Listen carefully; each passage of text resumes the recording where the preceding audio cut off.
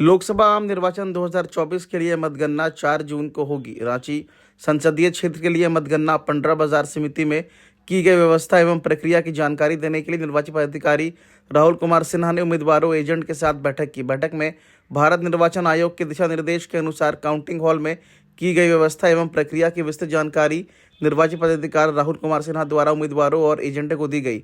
PPT के माध्यम से मैप दिखाकर सभी उम्मीदवारों एजेंट को 15 स्थित मतगणना स्थल रांची लोकसभा क्षेत्र के अंतर्गत सभी 6 विधानसभा क्षेत्र के काउंटिंग हॉल मतगणना में लगे पदाधिकारियों, कर्मियों एवं इलेक्शन एजेंट के आने जाने का रास्ता, वाहनों की पार्किंग आदि की जानकारी दी गई। आज पॉलिटिकल पार्टियों के सर्वे में तमाम चीज़ें, दिशा निर्देश और जो भी गाइडलाइन है उसे बताया गया। क्या कुछ है सर, और किस तरह से तैयारी? जी देखिए, honourable election commission of India के गाइडलाइंस के अनुसार काउंटिंग की बृहद पैमाने पर तैयारियां की जाती हैं और यहाँ रांची लोकसभा के अंतर्गत 15 स्थित बाजार समिति में काउंटिंग की पूरी व्यवस्था अरेंज की गई है। अब ये सारी व्यवस्थाओं से सभी कैंडिडेट्स तथा उनके इलेक्शन एजेंट्स को रूबरू कराना आवश्यक होता है। उस आलोक में आज सारे कैंडिडेट्स तथा उनके एजेंट्स के साथ यहाँ पे एक मीटिंग रखी गई और उन्हें विस्तार पूर्वक काउंटिंग हॉल्स तथा पूरे स्ट्रॉन्ग रूम के विभिन्न व्यवस्थाओं के बारे में विस्तार से बताया गया है।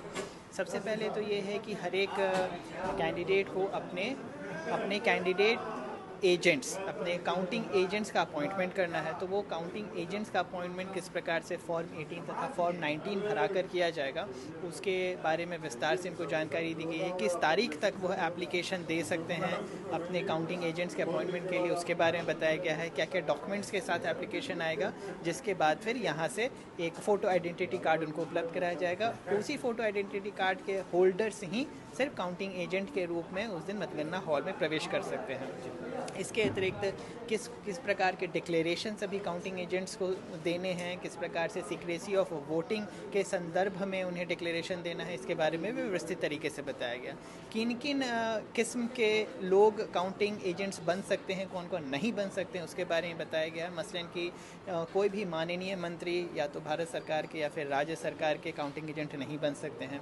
कोई भी माननीय सांसद या माननीय विधायक काउंटिंग एजेंट नहीं बन सकते हैं। कोई भी नगर निगम, नगर परिषद या फिर नगर पंचायत के चेयरपर्सन काउंटिंग एजेंट नहीं बन सकते। उसी प्रकार से जिला परिषद के अध्यक्ष इत्यादि काउंटिंग एजेंट नहीं बनते। कोई सरकारी कर्मचारी पदाधिकारी काउंटिंग एजेंट नहीं बन सकते, तथा कोई भी ऐसे व्यक्ति जिनके पास की राज्य स्तर से या फिर भारत सरकार के स्तर से सुरक्षा दी गई है, एक्स कैटेगरी, वाई कैटेगरी या जेड कैटेगरी, वह भी काउंटिंग एजेंट्स नहीं बन सकते। तो इन सभी के बारे में विस्तार पूर्वक सभी कैंडिडेट्स को बताया गया है और ससमय सभी एप्लीकेशंस सबमिट करने के लिए भी कहा गया है, ताकि उन्हें ससमय अपॉइंटमेंट लेटर्स भी उपलब्ध करा दिया जाए। इसके अतिरिक्त काउंटिंग प्रेमाइसेस में कहाँ कहाँ पे गाड़ियाँ लगेंगी, कैसे कैसे पार्किंग हुई, किन की गाड़ियों को अलाउ किया जाएगा, किन को नहीं अलाउ किया जाएगा, उसके बारे में विस्तार से बताया गया है। मोबाइल फ़ोन्स अलाउड नहीं रहेंगे, what are dos and don'ts, उनके बारे में बताया गया है।